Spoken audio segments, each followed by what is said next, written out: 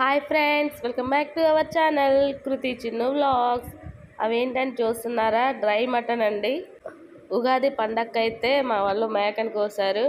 ఇంకా సగం అయితే కర్రీ వండేసి సగం డ్రై మటన్ అయితే చేశారు.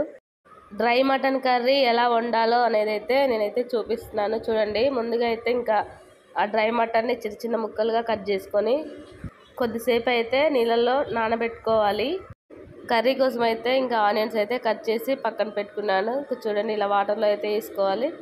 ఇంకా గిన్నెలో అయితే ఆయిల్ పోసుకొని ఆయిల్ కాగాక అందులో జీలకర్ర అయితే వేసేసుకున్నాను నేను. జీలకర్ర అయితే వేగిపోయాక ఇంకా ఆనియన్స్ కూడా వేసి ఇంకొక 2-3 మినిట్స్ అయితే ఫస్ట్ ఆనియన్స్ అయితే వేయించుకున్నాను. ఇంకా తర్వాత డ్రై మటన్ని అందులో అయితే ఆనియన్స్లో వేసేసి ఇంకా వేగనీయాలి. చాలాసేపు అయితే వేగనీయాలి. వీడియోని అయితే ఫస్ట్ నుంచి లాస్ట్ వరకు స్కిప్ చేయకుండా చూడండి. ఇంకా అవైతే కొద్దిగా నానిపోయాయి.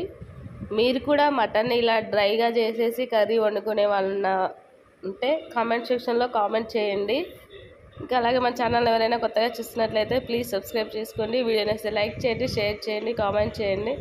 నాకైతే ఈ కర్రీ రెసిపీ మా అత్తయ్య అయితే చెప్పింది, ఇలా వండాలి బాగుంటుంది అనేసి. ఇంకా అప్పటి నుంచి నేను ఇంకా అలానే ప్రిపేర్ అయితే చేస్తున్నాను.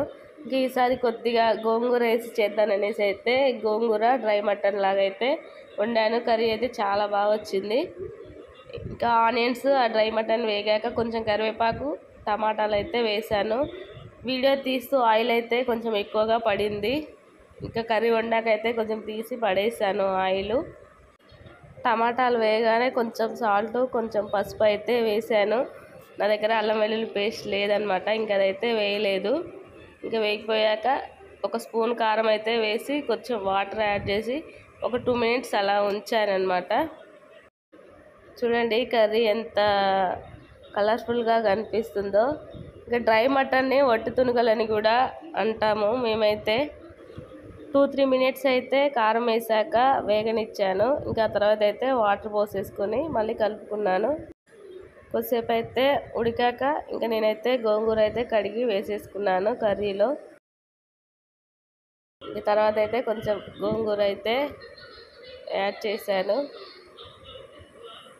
గోంగూర వేసాక అన్ని నీళ్ళు పోసినా కూడా మొత్తం దగ్గరగా అయిపోయింది కర్రీ అయితే. ఇంకా గోంగూర వేసాక ఇంకా వాటర్ అయితే ఏం యాడ్ చేయలేదు. గోంగూర వేసి ఒక 5 మినిట్స్ అలా ఉంచాక ఇంకా మొత్తం దగ్గరగా అయిపోయింది కర్రీ అయితే. ఇంకా ఫైనల్గా కర్రీ అయితే రెడీ అయిపోయింది. నేనైతే ఇలా అయితే వండుతాను. మీకు ఎలా అనిపించిందో కామెంట్ సెక్షన్లో కామెంట్ చేయండి. Thank you for watching my channel. Bye friends, మరో వీడియోతో మీ ముందుంటాను.